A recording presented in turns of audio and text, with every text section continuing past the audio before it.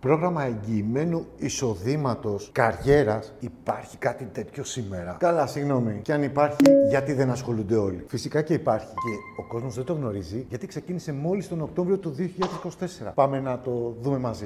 Ακόμα και να ξέρεις την εταιρεία, είμαι σίγουρος ότι δεν θα περίμενες ποτέ να ακούσεις κάτι τέτοιο. Η ΕΛΕ παρουσίασε κάτι που πραγματικά αλλάζει τα δεδομένα. Δύο μοντέλα εγγυημένου εισοδήματος. Το ένα λέγεται Fast Track και είναι για όλους τους νέους συνεργάτες που έρχονται κοντά μας. Όλοι έχουν τη δυνατότητα να μπουν σε αυτό. Και το δεύτερο λέγεται Business Track και είναι για όσους θέλουν να κάνουν καριέρα μαζί μας, όπως κάνουμε και εμείς. Το Fast Track έχει τρεις διαφορετικές βαθμίδες εισοδήματος. Την πρώτη με 300 ευρώ το μήνα, τη δεύτερη με 1.100 ευρώ το μήνα και την τρίτη που έχει 2.000 ευρώ το μήνα και μάλιστα είναι η κλίμακα βαθμίδα γέφυρα με το επόμενο πρόγραμμα, το Business Track, που όπως βλέπεις ξεκίνησε τον Οκτώβριο του 2024.